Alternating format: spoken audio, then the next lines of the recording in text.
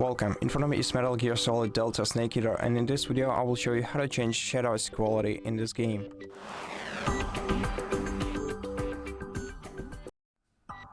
So to do this, you have to enter options either by pressing escape during game and selecting options, or just by starting the game and go into options straight ahead.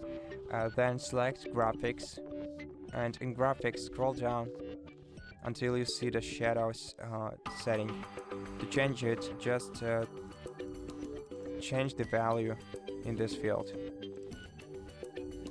To apply settings, press escape or right click with your mouse, and once you exit this menu, the changes will be applied automatically. And that's it.